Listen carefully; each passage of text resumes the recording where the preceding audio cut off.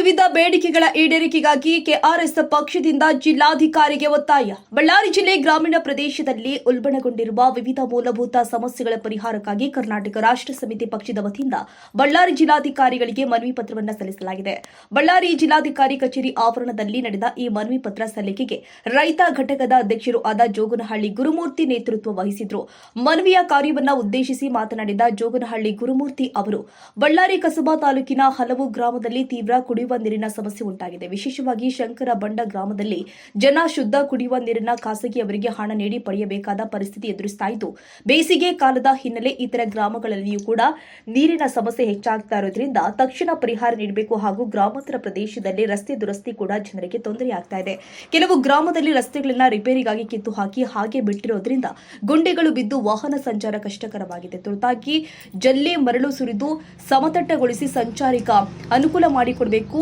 ಕಕ್ಕಬೇವಿನ ಹಳ್ಳಿಯ ಸುತ್ತಮುತ್ತ ಕೊಳಚೆ ನೀರು ಹರಿತಾ ಇರೋದ್ರಿಂದ ಪರಿಸರ ಮಾಲಿನ್ಯ ಗಂಭೀರವಾಗಿ ಹೆಚ್ಚಾಗಿದೆ. ನೊಣ, ಸೊಳ್ಳೆ, ಜಿರಳೆಗಳ ಕಾಟದಿಂದ ಜನ ಅನಾರೋಗ್ಯದ ಭೀತಿಯಲ್ಲಿ ಜೀವನ ನಡೆಸುತ್ತಿದ್ದಾರೆ.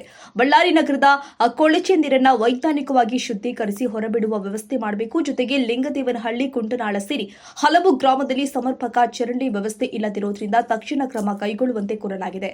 ರೂಪನಗುಡಿ, ಅಸುಂಡಿ, ಹೊಸ ಮುಖ ಪ್ರದೇಶದಲ್ಲಿ ಜೋಳ ಖರೀದಿ ಕೇಂದ್ರಗಳ ವ್ಯವಸ್ಥೆಯನ್ನು ಕೂಡ ಮನವಿಯಲ್ಲಿ ಪ್ರಸ್ತಾಪಿಸಲಾಗಿದೆ. ರೈತರಿಗೆ ಕುಡಿಯುವ ನೀರು, ನೆರಳು, ವಿಶ್ರಾಂತಿ ವ್ಯವಸ್ಥೆ ಕೂಡ ಇಲ್ಲದೆ ತೊಂದರೆ ಅನುಭವಿಸುತ್ತಿದ್ದಾರೆ.